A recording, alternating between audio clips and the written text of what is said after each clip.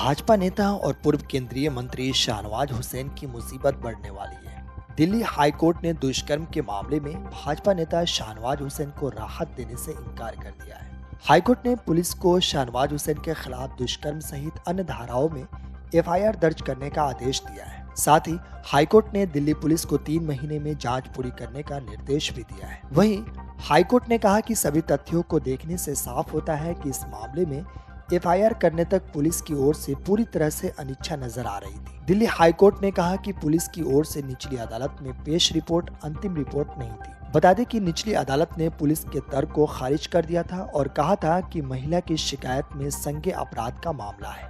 Police ने अदालत में रिपोर्ट पेश कर कहा था कि शाहनवाज हुसैन के खिलाफ मामला नहीं बनता, लेकिन दिल्ली की रहने वाली महिला ने जनवरी 2018 में निचली अदालत में याचिका दायर कर हुसैन के खिलाफ दुष्कर्म की एफआईआर दर्ज कराने की कोशिश की थी। महिला ने आरोप लगाया था कि शाहनवाज हुसैन ने छतरपुर फार्म हाउस में उसके साथ दुष्कर्म किया और जान से मारने की धमकी दी थी। वहीं भाजपा नेता की ओर से पेश वरिष्ठ अधिवक्ता सिद्धार्थ लूथरा ने कोर्ट को बताया कि दिल्ली पुलिस ने उनके मुवक्किल को क्लीन चिट दे दी थी। इसके बावजूद मजिस्ट्रेट ने एफआईआर करने का निर्देश दिया।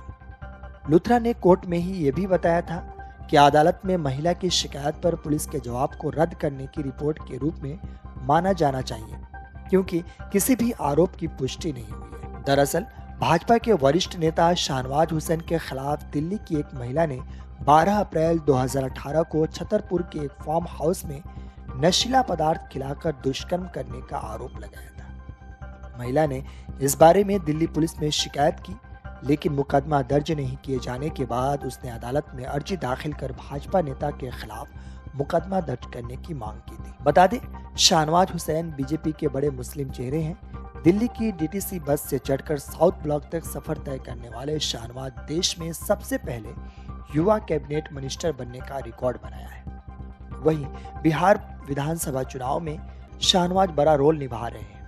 बिहार के सीएम उम्मीदवार के लिए अक्सर उनके नाम की चर्चा होती है। हालांकि शाहनवाज खुद को एक साधारण कार्यकर्ता ही मानते हैं। शाहनवाज हुसैन का जन्म 1968 में बिहार के एक छोटे से गांव समस्तीपुर में हुआ था। उन्होंने पटना और दिल्ली से अपनी पढ़ाई पूरी की थी। शाहनवाज के पिता प्राइमरी स्कूल में टीचर थे। उनका सपना बचपन से ही राजनीति में आने का था। हालांकि उनके घर में किसी का राजनीति से कोई नाता नहीं था। साल 1997 में एक कार्यक्रम के दौरान शाहनवाज हुसैन का भाषण सुनकर पूर्व प्रधानमंत्री अटल बिहारी वाजपेयी ने कहा था कि यह लड़का बहुत अच्छा बोलता है, अगर पार्लियामेंट में भेजोगे तो बड़े बड़े लोगों की छुट्टी करेगा। वही साल 1998 के लोकसभा चुनाव में जब शाहनवाज हुसैन से पूछा गया कि कहां से चुनाव लड़ोगे, तो उन्होंने मजाक समझकर कहा कि जो सबसे मुश्किल सीट हो हमें दे दीजिए। बाद में शाहनवाज को किशनगंज से आरजेडी उम्मीदवार तस्लीमुद्दीन के खिलाफ चुनाव लड़ने का मौका मिला था। शाहनवाज भले ही चुनाव हार गए हो, लेकिन पहले ही चुनाव में करीब 2.5 लाख वोट मिले। साल 1999 में जब दोबारा चुनाव हुआ तो शाहनवाज सांसद बने और एनडीए के सरकार में राज्य मंत्री भी बने। Food processing industries, youth affair और स्पोर्ट्स जैसे विभाग उनके पास रहे। साल 2003 से 2004 तक उन्होंने कैबिनेट मिनिस्टर के रूप में कपड़ा मंत्रालय संभाला। 2004 के आम चुनाव में हार के बाद शाहनवाज 2006 में उपचुनाव में भागलपुर सीट से जीतकर दोबारा लोकसभा पहुंचे। 2009 में भागलपुर से शाहनवाज को दोबारा जीत मिली और एक बार फिर वो लोकसभा पहुंचे।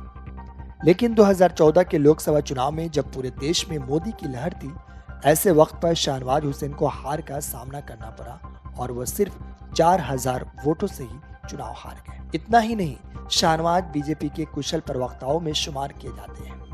लगभग हर दिन वह किसी न किसी चैनल के डिबेट में नजर आते रहते हैं। राजनीति के अलावा ये दिल्ली वक्फ बोर्ड, राष्ट्रीय शक्ति फाउंडेशन जैसे संस्थाओं के सदस्य भी है। Video desk amarujala.com। डाउनलोड करें अमर उजाला ऐप और पाएं खबरें लगातार।